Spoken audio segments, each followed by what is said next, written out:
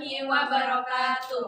Waalaikumsalam warahmatullahi wabarakatuh. Baik teman-teman, kami dari kelompok 11 akan menjelaskan materi mengenai suhu dan kalor.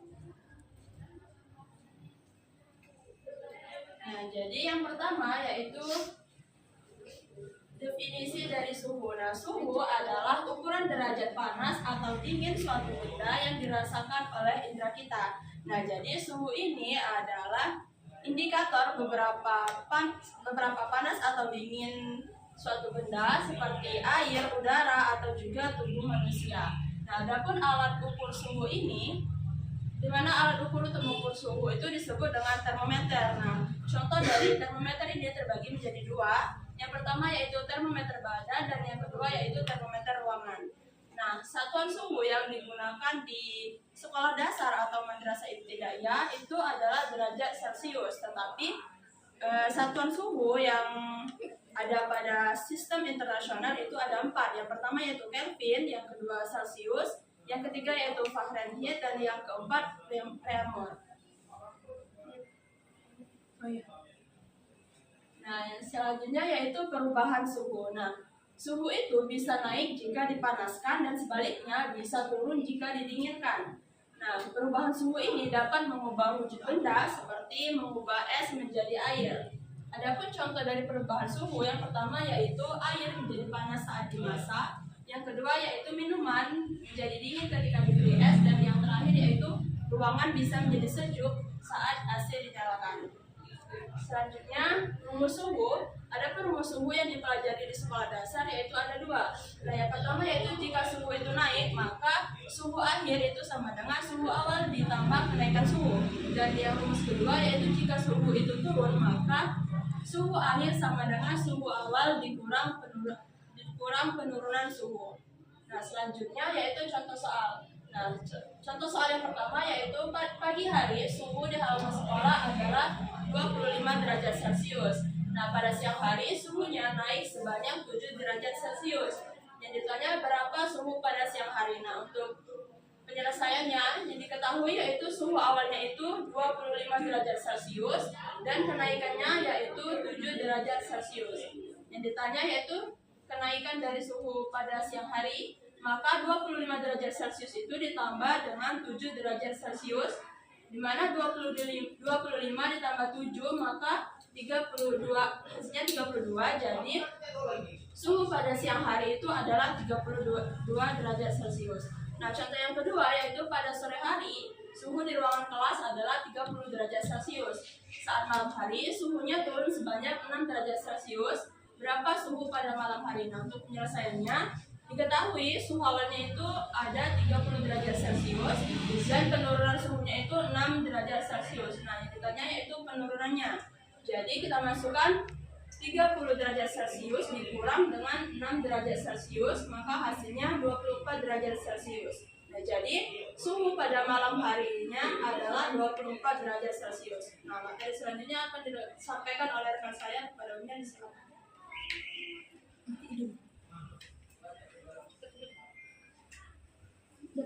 Baik teman-teman, di sini saya akan melanjutkan materi dari rekan saya tadi. Di sini saya akan menjelaskan tentang kalor.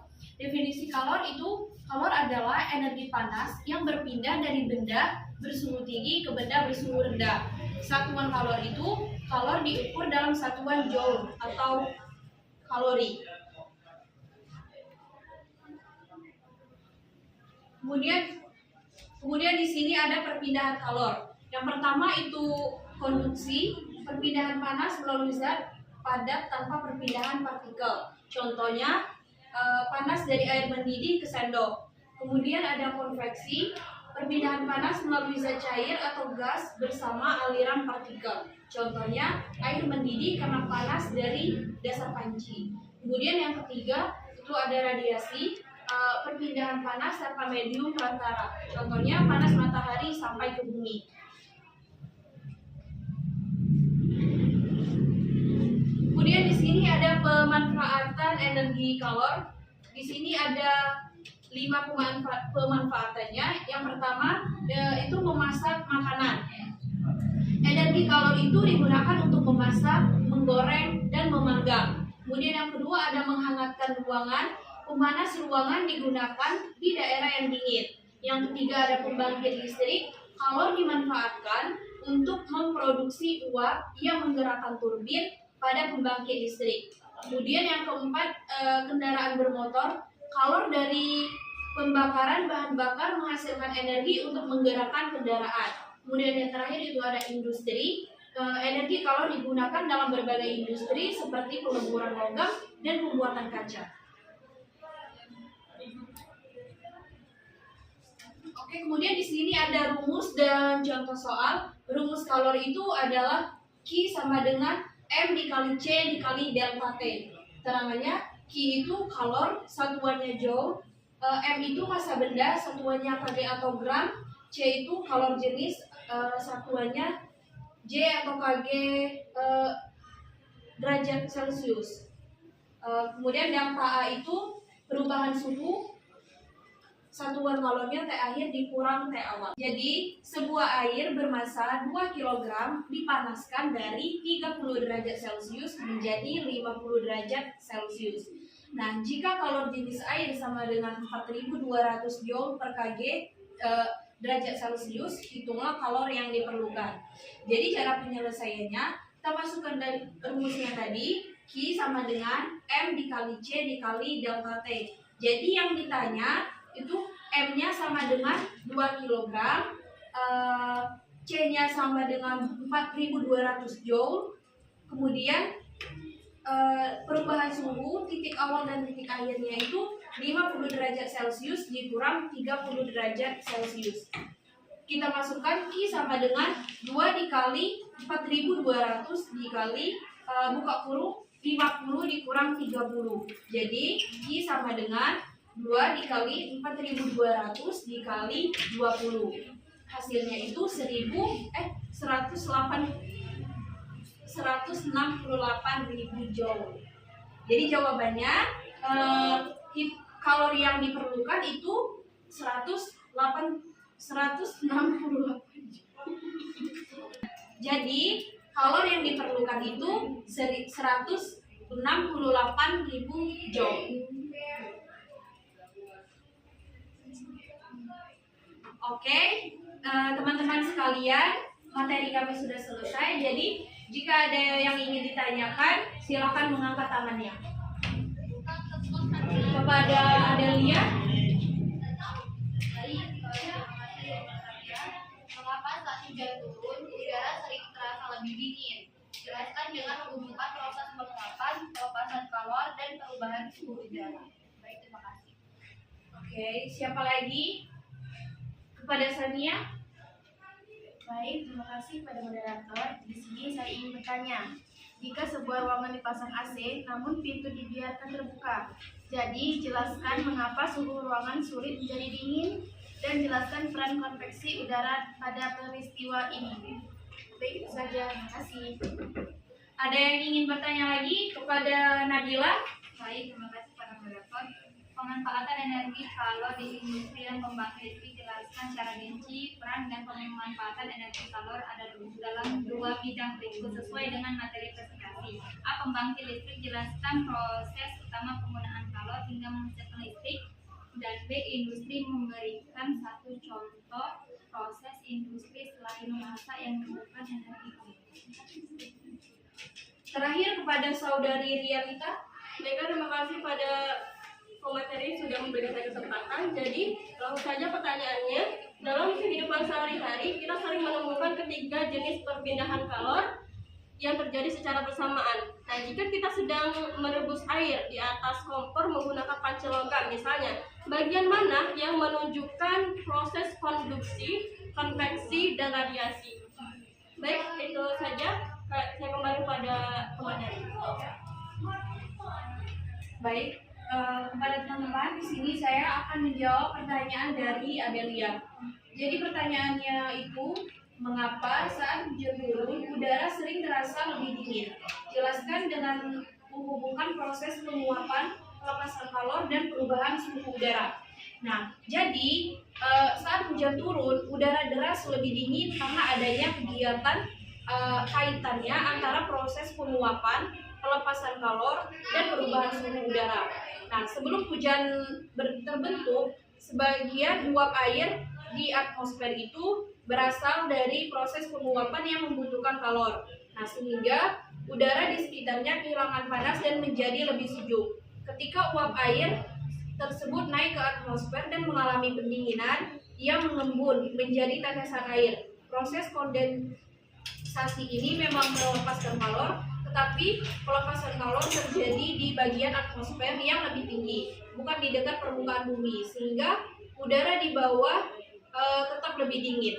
Nah, selain itu juga tetesan hujan yang jatuh itu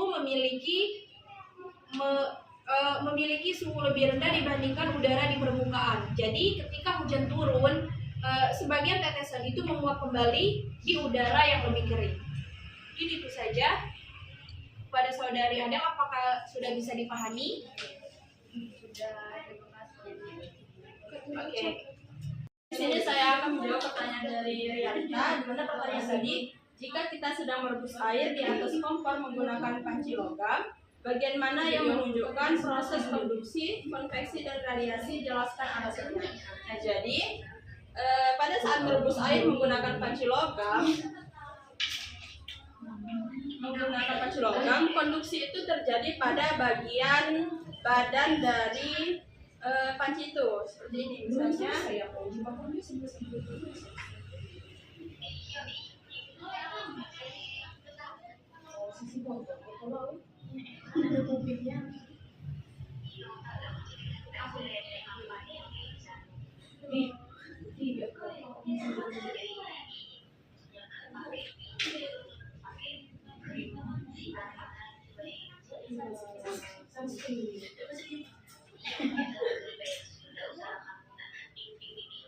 Nah, misalnya ibaratkan ini panci. Nah, bagian konduksinya itu ada di gagangnya ini.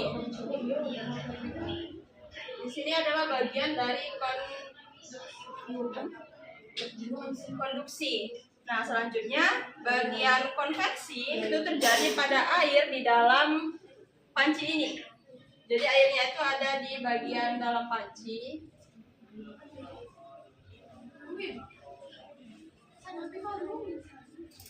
Nah, kalau bagian radiasinya itu ada terjadi di panas api.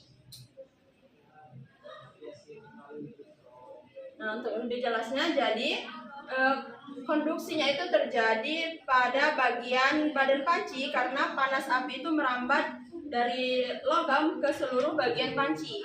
Sedangkan bagian konveksi ini terjadi pada air di dalam panci ketika air panas itu bergerak naik ke air yang lebih dingin sehingga terjadi perputaran air. Nah, kalau proses radiasinya ini terjadi saat panas dari api itu berpindah ke panci tanpa melalui perantara, yaitu melalui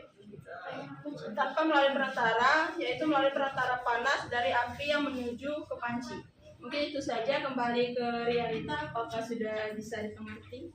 Ya, sudah dipahami. Terima kasih. Teman-teman, di sini saya akan menjawab pertanyaan dari saudari Sania. Jadi pertanyaannya itu sebuah ruangan dipasang AC namun pintu dibiarkan terbuka.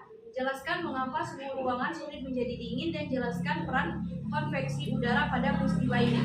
Nah, jadi suhu ruangan yang dipasangkan AC tetapi pintunya dibiarkan terbuka itu menjadi sulit dingin karena terjadi pertukaran udara secara terus-menerus antara udara dingin di dalam ruangan dan udara panas dari luar. Nah, AC itu bekerja dengan mendinginkan udara di dalam ruangan, tetapi udara dingin yang lebih berat akan bergerak keluar melalui bagian bawah pintu. Sedangkan udara panas dari luar yang lebih ringan masuk melalui bagian atas. Nah, jadi proses ini merupakan contoh konveksi, yaitu perpindahan kalor melalui pergerakan massa udara. Nah, selama pintu terbuka, konveksi terus berlangsung. Udara panas masuk dan menghentikan udara dingin yang sudah didinginkan oleh AC. Nah, jadi akibatnya AC itu harus bekerja lebih keras untuk menurunkan suhu. Namun karena aliran konveksi tidak berhenti, udara dingin selalu bercampur dengan udara panas sehingga ruangan tidak pernah mencapai suhu dingin yang diinginkan. Mungkin itu saja. kepada Saudari Sania, apakah sudah dapat dipahami? Sudah bisa dipahami, terima kasih. Selanjutnya saya akan menjawab pertanyaan dari Saudari Nabila, di mana pertanyaan tadi jelaskan proses utama penggunaan kalor hingga menghasilkan listrik serta berikan satu contoh proses industri selain memasak yang memerlukan energi kalor. Nah, jadi proses utama penggunaan kalor untuk menghasilkan listrik itu terjadi ketika panas yang digunakan untuk memanaskan api hingga menjadi uap, kemudian uap tersebut memutar turbin yang berhubungan dengan generator sehingga dihasilkan energi listrik. Adapun contoh proses industri yang memerlukan energi kalor adalah pembuatan semen. Nah, di mana batu kapur dan juga bahan lainnya itu dipanaskan dalam tanur yang bersuhu tinggi untuk menghasilkan cleaner sebagai bahan dasar semen. Mungkin itu saja. Kembali kepada Saudari Nabila, apakah jawabannya sudah bisa dimengerti? Baik, terima kasih. Selanjutnya di sini kami ada LKPD. Di sini kami membagi 3 kelompok. Ini kelompok pertama, ini kedua, ini ketiga.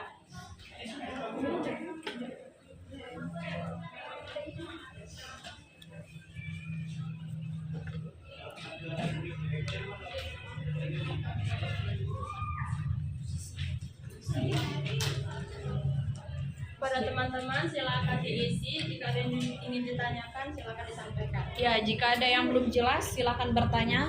Jangan malu bertanya. Jika malu bertanya susah dijawab.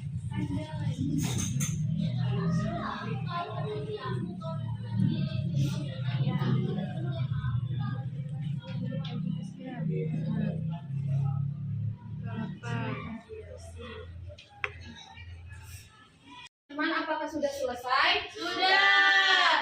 Oke, terima kasih. Cepat, Mama.